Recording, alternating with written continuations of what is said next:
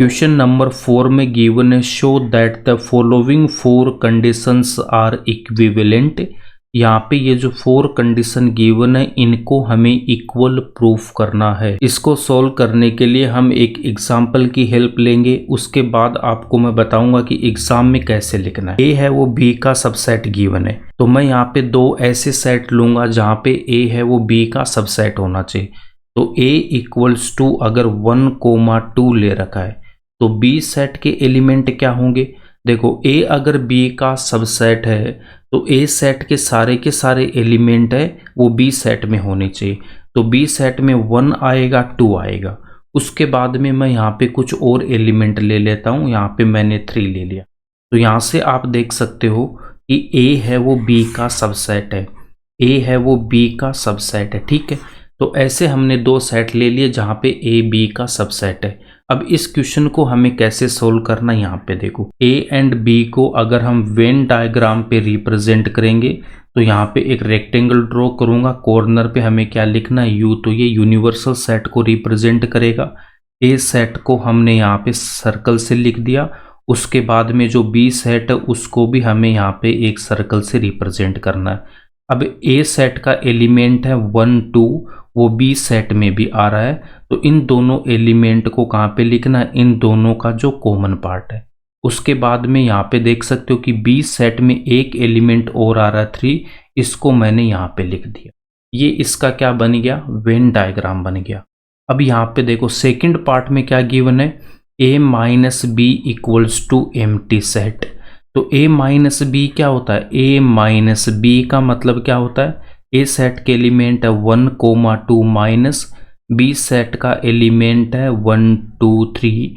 ए minus B में आपको क्या बता रखा है कि ए सेट में 1 है, ये बी में भी आ रहा तो इस 1 को हटा देंगे। ए सेट में 2 आ रहा, बी में भी 2 आ रहा, तो इस 2 को भी हमें नहीं लेना।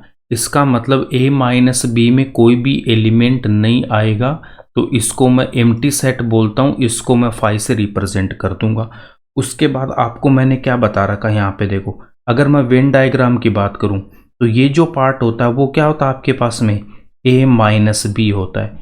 a माइनस बी का मतलब क्या होता है कि a सेट में से मुझे b सेट को माइनस करना है।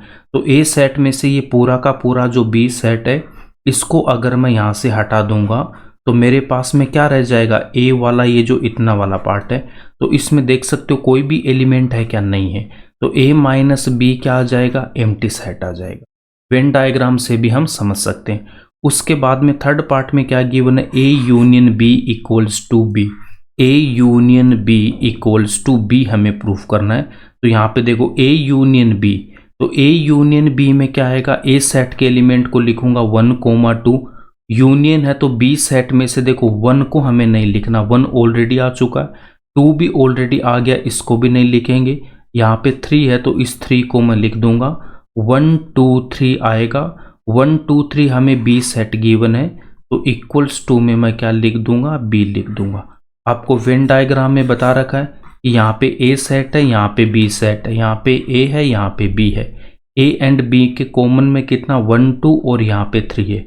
ए यूनियन बी में क्या आएगा, ए का पार्ट आएगा, बी का पार्ट आएगा। ये जो आपका एरिया है वो किस में आता है, ए यूनियन बी में। तो ए यूनियन बी में कौन कौन से एलिमेंट है, 1 2 3, 1 2 3। बी सेट के एलिमेंट भी 1 2 3 है, तो इक्वल्स टू में हम बी लिख सकते हैं। उसके बाद में नेक्स्ट पार्ट में हमें क्या गिवन है, A intersection B equals to A. A intersection B, A intersection B. तो इंटरसेक्शन में क्या आता है, देखो ए सेट के एलिमेंट है 1,2 इंटरसेक्शन बी सेट के एलिमेंट है 1 2 3। इंटरसेक्शन में हम कॉमन एलिमेंट लेते हैं, तो 1 है, यहाँ पे भी 1 है, 2 है, यहाँ पे भी 2 आ रहा है, तो 1,2 आएगा ए इंटरसेक्शन बी में। 1,2 मुझे ए सेट में गिवन है, तो ये ए के इक्वल आ गया। वेन डायग्राम से इसको देखना चाहोगे तो यहाँ पे अगर मैंने ए ले रखा है, यहाँ पे मैंने बी ले रखा है। ए सेट के एलिमेंट है 1,2, बी सेट के एलिमेंट है 1 2 3, तो 1 2 यहाँ पे लिखूंगा, 3 मुझे बी में लिखना है। ए इंटरसेक्शन बी किसके इक्वल आ रहा है, 1,2 के, तो 1 यहाँ पे 2 यहाँ पे, तो इन दोनों का जो कॉमन एरिया है वो क्या होता है हमारे पास में, ए इंटरसेक्शन बी में आएगा। यहाँ पे कितना आ रहा, 1,2, कितना 1,2, और यही मुझे क्या गिवन है, सेट ए गिवन है। सेट ए में इस तरफ मेरे पास में कोई भी एलिमेंट नहीं है, तो सेट ए की जब मैं बात करूंगा तो इसमें कितने एलिमेंट है, 1,2। गिवन 4 कंडीशंस को हमें इक्विवेलेंट प्रूव करना, तो इक्विवेलेंट के लिए मैंने यहाँ पे फर्स्ट एंड सेकंड को मैं इक्विवेलेंट करूंगा। उसके बाद हमें क्या कर देना है, सेकंड एंड थर्ड को इक्विवेलेंट प्रूफ कर देना है। लास्ट में हम थर्ड एंड फोर्थ को इक्विवेलेंट प्रूफ कर देंगे। तो इसका मतलब क्या हो जाएगा, चारों कंडीशन एक दूसरे के इक्विवेलेंट या फिर वो इक्वल आ जाएगी। ठीक है, फर्स्ट एंड सेकंड कंडीशन को अब हम यहाँ पे इक्विवेलेंट प्रूफ करेंगे। तो इसके लिए मैं यहाँ पे फर्स्ट कंडीशन में क्या गिवन है, ए है वो बी का सबसेट है। ए अगर बी का सबसेट है, इसका मतलब क्या होगा, ए के सारे एलिमेंट है वो सेट बी में एग्जिस्ट करेंगे।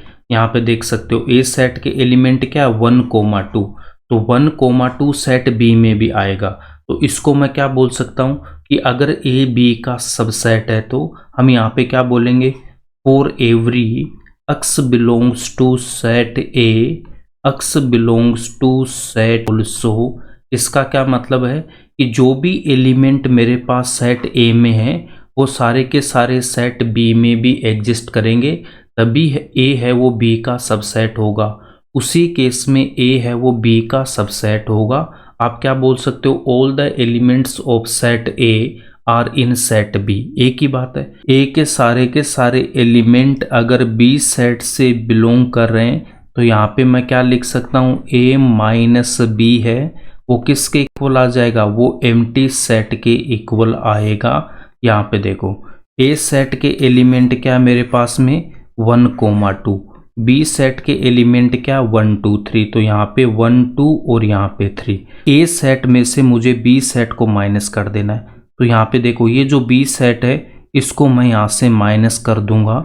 ए सेट के रिमेनिंग पार्ट को हम ए माइनस बी बोलेंगे, और यहाँ पे जो ए माइनस बी है इसमें कोई भी एलिमेंट नहीं है, तो इसको मैं एम्प्टी सेट के इक्वल लिख दूंगा। तो ये कब होगा, जब ए सेट के जो भी एलिमेंट है यहाँ पे देखो 1,2 वो बी सेट में बिलोंग कर जाए, तब है ए माइनस बी है वो क्या होगा, एम्प्टी सेट होगा।